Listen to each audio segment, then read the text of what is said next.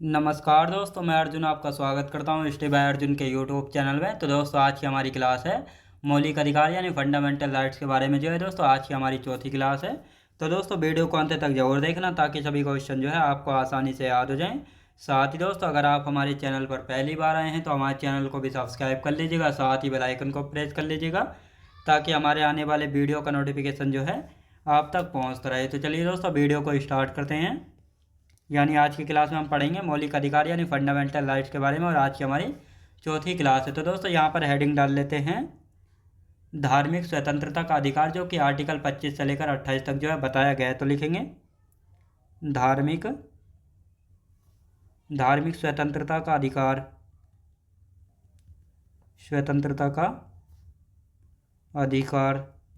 तो दोस्तों, इसको जो है किन आर्टिकल में बताया गया, तो आर्टिकल 25 से लेकर 28 तक जो है बताया गया है धार्मिक स्वतंत्रता के अधिकार को। तो दोस्तों, अब आर्टिकल 25 की यदि बात करते हैं तो आर्टिकल 25 में जो है किसके बारे में बताया गया है, तो पहले हेडिंग डाल देते हैं अनुच्छेद 25। अनुच्छेद 25 में जो है दोस्तों किसके बारे में बताया गया है, तो यहाँ पर हम पहले थोड़ा समझेंगे और उसके बाद इसके बारे में चर्चा करेंगे। तो दोस्तों, यहाँ पर बात की गई है आर्टिकल 25 यानी अनुच्छेद 25 में अंतःकरण आदि की स्वतंत्रता। अंतःकरण यानी कोई भी व्यक्ति जो है अपनी अंतरात्मा से जो है किसी भी धर्म को जो है मानने की स्वतंत्रता है, चाहे वह सनातन धर्म को माने, इस्लाम धर्म को माने, क्रिश्चियन को जो है माने।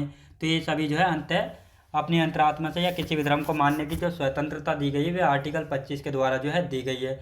जैसे सिख धर्म में दोस्तों कृपाण धारण करने की जो स्वतंत्रता दी गई है वह किस आर्टिकल के तहत दी गई, तो आर्टिकल 25 के तहत। और साथ ही जैन धर्म में आपने देखा होगा संलेखना प्रथा या संतारा विधि के द्वारा जो है प्राण त्यागना या मोक्ष प्राप्त करना, यानी भूखे प्यासे रहकर जो है इस विधि के द्वारा जो है अपने प्राण त्याग देते हैं। तो ये जो इनको ये स्वतंत्रता मिली हुई है ये किस आर्टिकल के तहत जो है मिली हुई है, तो आर्टिकल 25 के तहत जो है मिली हुई है। तो दोस्तों, अब इनको यहाँ पे लिख लेते हैं अंतःकरण अंतःकरण आदि की स्वतंत्रता, आदि की स्वतंत्रता। अंतःकरण आदि की स्वतंत्रता की यदि बात की जाए तो जैसे दोस्तों सिख धर्म की, यहाँ पर नीचे लिख लेते हैं एक एक पॉइंट करके। जैसे दोस्तों सिख धर्म में जो है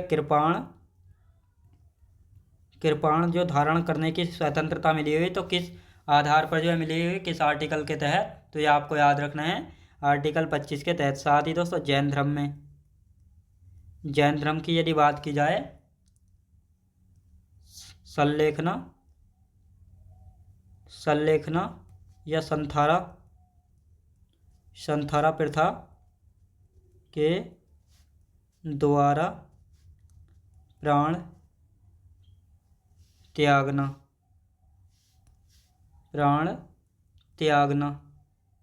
तो ये किसके द्वारा जो है इनको ये स्वतंत्रताएं जो है मिली हुई हैं, तो आर्टिकल 25 के तहत जो है ये स्वतंत्रताएं जो है मिली हुई हैं। अब आते हैं दोस्तों आर्टिकल 26। तो यहाँ पे हेडिंग डाल लेते हैं अनुच्छेद 26। अनुच्छेद 26 में किसके बारे में बताया गया है, तो यहाँ पर आर्टिकल 26 में बताया गया है धार्मिक कार्यों के प्रबंधन की स्वतंत्रता के बारे में जो है बताया गया है। दोस्तों, किसके बारे में लिखेंगे, धार्मिक कार्यों के प्रबंधन की स्वतंत्रता के बारे में बताया गया। यानी आर्टिकल 26 में बताया गया धार्मिक कार्यों के प्रबंधन की स्वतंत्रता के बारे में, यानी जो धार्मिक प्रबंधन की स्वतंत्रता है ये किसी विशेष व्यक्ति को नहीं दी जाएगी, बल्कि संगठन के व्यक्ति को जो है, संगठन सभा या समिति के व्यक्ति को जो है ये स्वतंत्रता जो है दी जाती है। तो ये आपको अच्छे से याद रखना है। अब आते हैं आर्टिकल 27। आर्टिकल 27 की यदि बात करते हैं तो इसमें धार्मिक अभिव्यक्ति है तो कर से मुक्ति, यानी दान किए गए रुपये पर जो है कोई भी टैक्स नहीं लगेगा। तो ये किस आर्टिकल के तहत कहा गया, तो यह आर्टिकल 27 के तहत कहा गया, यानी अनुच्छेद 27। अनुच्छेद 27 की यदि बात करते हैं तो अनुच्छेद 27 में किसके बारे में जो है चर्चा की गई, तो यहाँ पे लिखेंगे धार्मिक अभिवृद्धि हेतु कर से मुक्ति। धार्मिक अभिवृद्धि हेतु कर से मुक्ति, यानी दान किए गए रुपये पर जो है कोई भी टैक्स नहीं लगेगा। तो दोस्तों लिख लेते हैं दान किए गए रुपए पर टैक्स नहीं लगेगा, टैक्स नहीं लगेगा। याद रखें दोस्तों, टैक्स नहीं लगेगा। तो ये आपको याद रखना है, कहाँ पे कहा, किस आर्टिकल के तहत कहा गया है कि दान किए हुए रुपए यानी पैसे पर जो है टैक्स नहीं लगेगा। तो आर्टिकल 27 में कहा गया है धार्मिक अभिवृद्धि हेतु कर से मुक्ति, यानी दान किए गए पैसे यानी रुपए पर जो है टैक्स नहीं लगेगा। तो ये आपको याद रखना है। अब आते हैं दोस्तों आर्टिकल 28। आर्टिकल 28 की यदि बात करते हैं तो इसमें शिक्षण संस्थाओं के बारे में स्वतंत्रता, यानी आर्टिकल 28 के तहत कहा गया है किसी भी शिक्षण संस्थान में जिन्हें राज्य सरकार द्वारा पैसा देकर जो है चलाया जाता है, उनमें किसी भी विशेष धर्म की शिक्षा नहीं दी जाएगी। अगर किसी विशेष धर्म की शिक्षा दी जाती है तो उनको जो है सरकार के द्वारा बंद कर दिया जाएगा। जैसे आपने देखा था अभी उत्तर प्रदेश सरकार ने जो है 1500 मदरसे जो है बंद कर दिए थे, क्योंकि उनमें जो है केवल इस्लामिक शिक्षा जो है दी जाती थी, लेकिन उनका खर्चा कौन उठा रहा था, उनका खर्चा जो है राज्य सरकार जो है उठा रही थी। तो इसलिए अगर कोई भी ऐसा शिक्षण संस्थान है जिसका खर्चा राज्य सरकार उठा रही है और उसमें जो है कोई विशेष धर्म, किसी विशेष धर्म की शिक्षा दी जाएगी तो उसको जो है बंद कर दिया जाएगा। तो ये आर्टिकल 28 के तहत जो है बताया गया है। तो लिखेंगे अनुच्छेद 28। अनुच्छेद 28 की यदि बात करते हैं तो अनुच्छेद 28 यानी आर्टिकल 28 में जो है किसके बारे में बताया गया है, शिक्षण संस्थाओं के बारे में स्वतंत्रता। शिक्षण संस्थाओं के बारे में, शिक्षण संस्थाओं के बारे में स्वतंत्रता के बारे में जो है बताया गया है। दोस्तों अब यहाँ पे लिख लेंगे किसी भी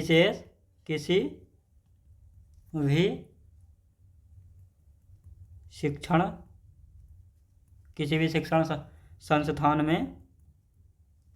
संस्थान में जिन्हें राज्य द्वारा चलाया जाता है, राज्य द्वारा जो है चलाया जाता हो, उन्हें किसी विशेष धर्म की शिक्षा नहीं दी जाएगी। उनमें किसी विशेष धर्म की शिक्षा नहीं दी जाएगी। याद रखें दोस्तों, किसी विशेष धर्म की जो है शिक्षा नहीं दी जाएगी। अगर किसी विशेष धर्म की शिक्षा दी जाएगी तो उनको जो है बंद कर दिया जाएगा। तो दोस्तों अब इसका एक बार रिवीजन कर लेते हैं यहाँ पे, ताकि आपको अच्छे से याद हो जाए। तो दोस्तों आर्टिकल 25 की यदि बात करते हैं तो इसमें अंतःकरण आदि की स्वतंत्रता, यानी इसमें कहा गया है किसी भी व्यक्ति को जो है किसी भी धर्म को मानने की जो है स्वतंत्रता दी गई है आर्टिकल 25 के तहत। और साथ ही जो सिख धर्म में जो है कृपाण धारण करते हैं, इनको कृपाण धारण करने की स्वतंत्रता किस आर्टिकल के द्वारा मिली हुई है, तो आर्टिकल 25 के तहत। साथ ही जैन धर्म की यदि बात करते हैं तो जैन धर्म में संलेखना या संतारा प्रथा के द्वारा जो है प्राण त्यागना या मोक्ष प्राप्ति के लिए जो है भूखे प्यासे रहकर जो अपने प्राण त्याग देते हैं, तो ये जो है स्वतंत्रता मिली हुई है आर्टिकल 25 के तहत जैन धर्म को। अब साथ ही दोस्तों आर्टिकल 26 की यदि बात करते हैं तो इसमें धार्मिक कार्यों के प्रतिबंधन की स्वतंत्रता के बारे में जो है बताया गया है। अनुच्छेद 27 की यदि बात करते हैं इसमें धार्मिक अभिव्यक्ति हेतु कर से मुक्ति, यानी आर्टिकल 27 में कहा गया है दान किए गए रुपए यानी पैसे पर जो है कोई भी टैक्स यानी कर जो है नहीं लगेगा। आर्टिकल 28 में शिक्षण संस्थानों के बारे में स्वतंत्रता, यानी यहाँ पे कहा गया है शिक्षण संस्थानों के बारे में स्वतंत्रता, यानी किसी भी शिक्षण संस्थान में जिन्हें राज्य सरकार द्वारा जो है चलाया जाता है उनमें किसी विशेष धर्म की शिक्षा जो है नहीं दी जाएगी।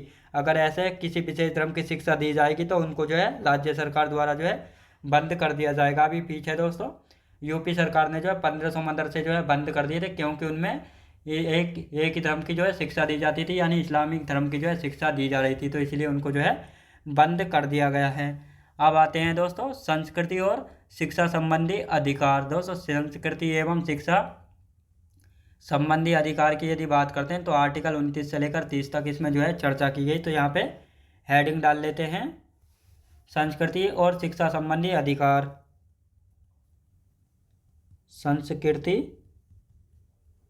संस्कृति और शिक्षा संबंधी अधिकार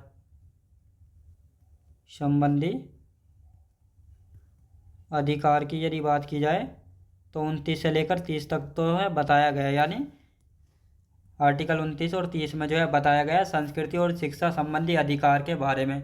तो कौन कौन से इनको देख लेते हैं।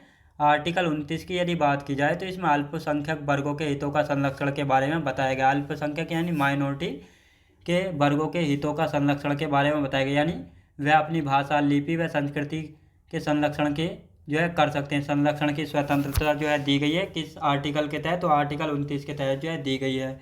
अब दोस्तों ये कैसे पता लगता है कि किस आधार पर जो है इनको माइनॉरिटी यानी अल्पसंख्यक जो है माना जाता है। भाषाई एवं धार्मिक आधार पर, यानी जिस समुदाय की जो है भाषा, यानी जौन से समुदाय में कम भाषा बोलने वाले लोग होते हैं या जिस धर्म को मानने वाले लोग कम होते हैं, तो उस आधार पर जो है इनको माइनॉरिटी यानी अल्पसंख्यक जो है माना जाता है। अल्पसंख्यकों की यदि बात की जाए तो मुस्लिम समुदाय जो है अल्पसंख्यक में सबसे बड़ा है, फिर सिख, जैन, बौद्ध, पारसी और ईसाई। तो ये 6 अल्पसंख्यक है भारत में। कितने दोस्तों, 6 अल्पसंख्यक हैं। और साथ ही दोस्तों आर्टिकल 30 में कहा गया है शिक्षण संस्थाओं की स्थापना, यानी जो अल्पसंख्यक है ये अपने शिक्षण संस्थान की स्थापना कर सकते हैं, उनको चला सकते हैं, उनको जो है मॉनिटर कर सकते हैं। और आर्टिकल 32 की यदि बात की जाए तो इसमें संवैधानिक उपचारों के अधिकार के बारे में जो है बताया गया है। तो दोस्तों इनको अब लिख लेते हैं, हेडिंग डालेंगे आर्टिकल 29 अनुच्छेद 29। अनुच्छेद 29 की यदि बात की जाए तो अनुच्छेद 29 में जो है किसके बारे में बताया गया, अल्पसंख्यक वर्गों के हितों का संरक्षण के बारे में जो है बताया गया है। अल्पसंख्यक वर्गों के हितों के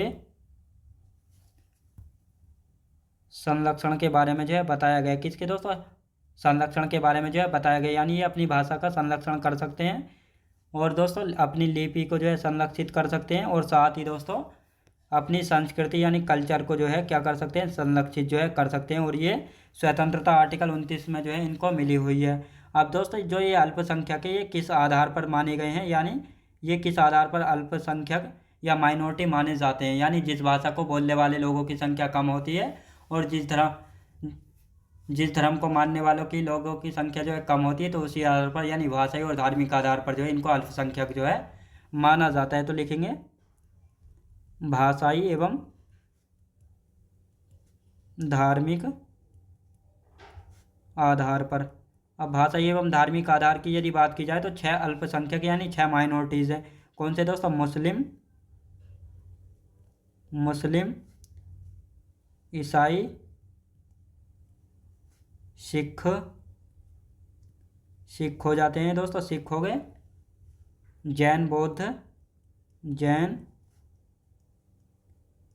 बौद्ध हो गए, और कौन से दोस्तों फिर है पारसी। तो ये 6 कौन है दोस्तों, 6 जो है ये अल्पसंख्यक है। अल्पसंख्यक का पता कैसे लगता है, यानी भाषा एवं धार्मिक आधार पर, यानी जिन लोगों की, यानी जौन से लोग जिस भाषा को जो है सबसे कम लोगों द्वारा जो है बोला जाता है और जिस धर्म को जो है सबसे कम लोग मानते हैं, तो उसी यानी भाषाई व धार्मिक आधार पर जो है इनको माइनॉरिटी व अल्पसंख्यक जो है माना जाता है। अब आते हैं दोस्तों आर्टिकल 30। आर्टिकल 30 की यदि बात करते हैं, अनुच्छेद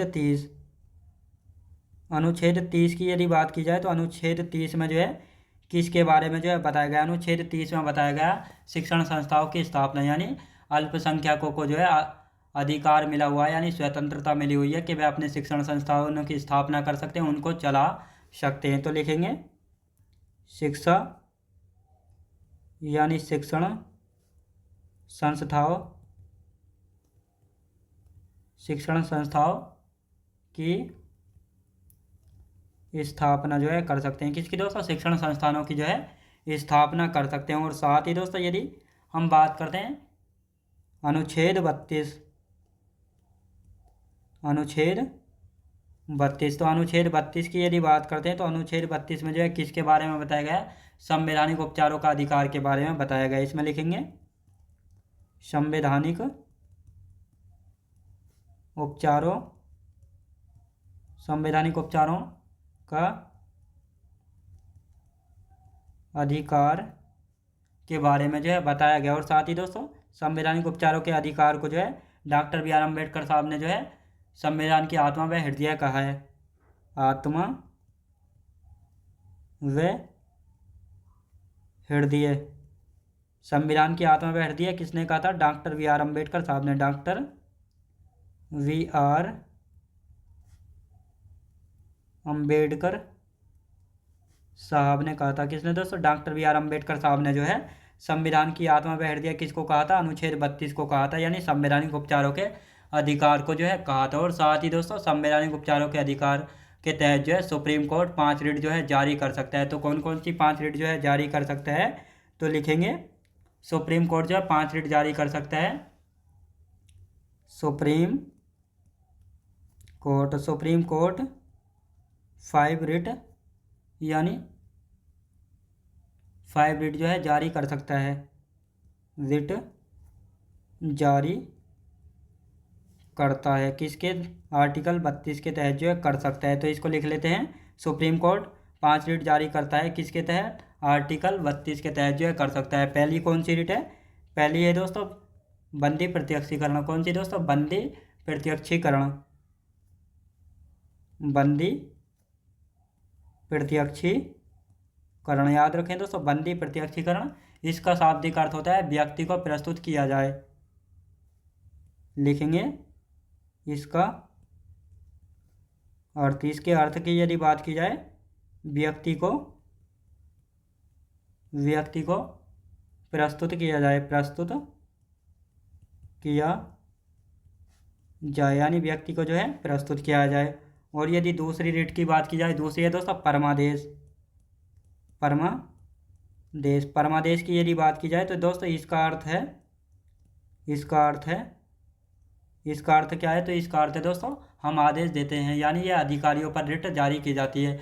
यानी परमादेश रिट जो है किस पर जारी की जाती है? तो ये अधिकारियों पर जो है जारी की जाती है, यानी हम आदेश देते हैं। ये इसका शाब्दिक अर्थ है।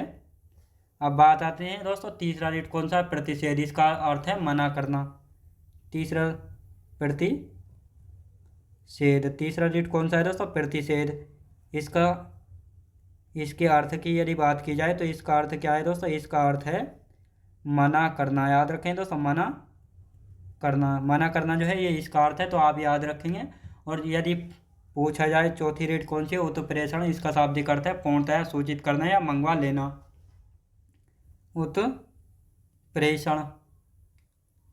उत्प्रेषण की यदि बात की जाए तो दोस्तों इसका अर्थ क्या है? तो इसका अर्थ है, ये आपको पता होना चाहिए, इसका अर्थ क्या हो जाता है? पूर्णतया सूचित करना या मंगवा लेना। पूर्णतया सूचित करना या मंगवा लेना। याद रखें दोस्तों, ये चौथी रिट है। अब आते हैं दोस्तों पांचवी रिट की यदि बात की जाए तो पांचवी है अधिकार प्रेक्षा। अधिकार प्रेक्षा का शाब्दिक अर्थ है आपका प्राधिकार है। अधिकार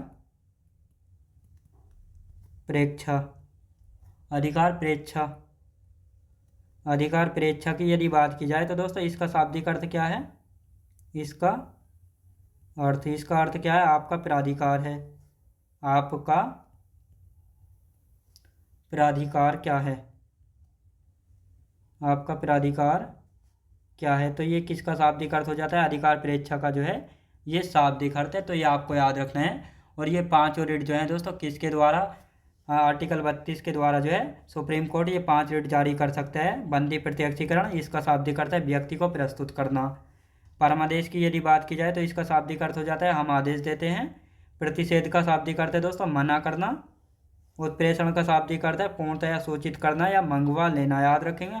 अधिकार प्रेक्षा की यदि बात की जाए तो इसका अर्थ है आपका प्राधिकार क्या है दोस्तों? आपका प्राधिकार क्या है? तो दोस्तों यहाँ पे अब इनका जो है यहाँ पे एक बार रिवीजन कर लेते हैं। तो यहाँ पर हम बात करते हैं संस्कृति और शिक्षा संबंधी अधिकार की यदि बात करते हैं तो आर्टिकल 29 और 30 में जो है बताया गया है, यानी अनुच्छेद 29 में अल्पसंख्यक वर्गों के हितों के संरक्षण के बारे में जो है बताया गया है। भाषा को संरक्षित, लिपि को संरक्षित व संस्कृति को जो है संरक्षित करने का अधिकार जो है अल्पसंख्यकों को आर्टिकल 29 में जो है दिया गया है। और माइनॉरिटी यानी अल्पसंख्यक हैं, ये किस आधार पर माना जाता है? भाषाई या धार्मिक आधार पर। मुस्लिम, ईसाई, सिख, जैन, बौद्ध और पारसी, तो ये 6 अल्पसंख्यक है भारत में। अल्पसंख्यक का क्या मतलब है? जिनकी जनसंख्या कम होती है तो उनको जो है अल्पसंख्यक माना जाता है। अनुच्छेद 30 की यदि बात की जाए तो शिक्षण संस्थाओं की स्थापना करना, यानी अल्पसंख्यकों को जो है अपनी शिक्षण संस्थान को जो है ये स्थापना कर सकते हैं, उनको चला सकते हैं, मॉनिटर जो है कर सकते हैं। तो ये आर्टिकल 30 के तहत कहा गया है। अनुच्छेद 32 की यदि बात की जाए तो संवैधानिक उपचारों का अधिकार, इसको जो है संविधान की आत्मा बैठ दिया किसने कहा था? डॉक्टर बी आर अम्बेडकर साहब ने जो है कहा था। और साथ ही आर्टिकल 32 के तहत जो है सुप्रीम कोर्ट 5 रिट जो है जारी कर सकता है। बंदी प्रत्यक्षीकरण, परमादेश, प्रतिषेध, उत्प्रेषण हो गई दोस्तों, और अधिकार परीक्षा, ये 5 रिट जो है जारी कर सकता है। अब यहाँ पर आते हैं दोस्तों आर्टिकल 33। आर्टिकल 33 की यदि बात की जाए तो दोस्तों इनसे जो है इतना क्वेश्चन नहीं पूछा जाता है, नहीं 34 से और ना ही 35 से जो है इतने क्वेश्चन जो है पूछे जाते हैं। अब साथ ही दोस्तों कुछ अधिकार ऐसे हैं जो कि विदेशियों को भी जो है मिले हुए हैं, और कुछ मौलिक अधिकार ऐसे हैं जो कि भारतीयों को भी जो है मिले हुए हैं। तो यानी विदेशी एवं भारतीय नागरिकों को प्राप्त मौलिक अधिकार कौन कौन से, यानी कुछ अधिकार जो हैं ऐसे हैं जो कि भारतीयों को भी मिले हुए हैं और विदेशियों को भी। तो कौन कौन से? अनुच्छेद 14 और 20 से लेकर 28 तक जो है ये सभी मौलिक अधिकार, यानी ये आर्टिकल जो है विदेशियों को और भारतीय नागरिकों को भी जो है मिले हुए हैं। केवल भारतीयों को प्राप्त मौलिक अधिकार कौन से? आर्टिकल 15, 16, 19, 29 और 30, ये केवल भारतीयों को प्राप्त मौलिक अधिकार हैं। तो इन सभी के बारे में जो है अच्छे से जानेंगे। तो दोस्तों इन सभी को जो है लिख लेते हैं। केवल भारतीयों को प्राप्त मौलिक अधिकार लिख लेंगे इसको, केवल भारतीयों को प्राप्त मौलिक अधिकार, केवल भारतीयों को प्राप्त मौलिक अधिकार कौन कौन से हैं? तो आर्टिकल 15,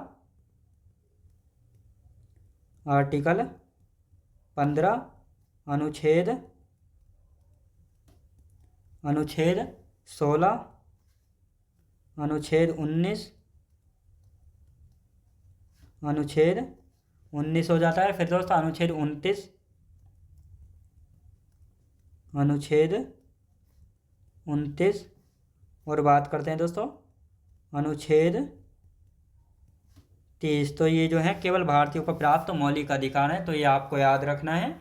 तो दोस्तों अब इससे आगे का जो है हम कल की क्लास में करेंगे। तो दोस्तों मैं उम्मीद करता हूँ आपको वीडियो क्वालिटी, कंटेंट वगैरह सभी कुछ आपको पसंद आया होगा। पसंद आया तो लाइक, शेयर और सब्सक्राइब करना बिल्कुल भी ना भूलें। साथ ही दोस्तों अगर आप हमारे चैनल पर पहली बार आए हैं तो हमारे चैनल को भी सब्सक्राइब कर लीजिएगा, साथ ही बेल आइकन को प्रेस कर लीजिएगा ताकि हमारे आने वाले वीडियो का नोटिफिकेशन जो है आप तक पहुंचता रहे। चलिए दोस्तों मिलते हैं नेक्स्ट वीडियोज़ में।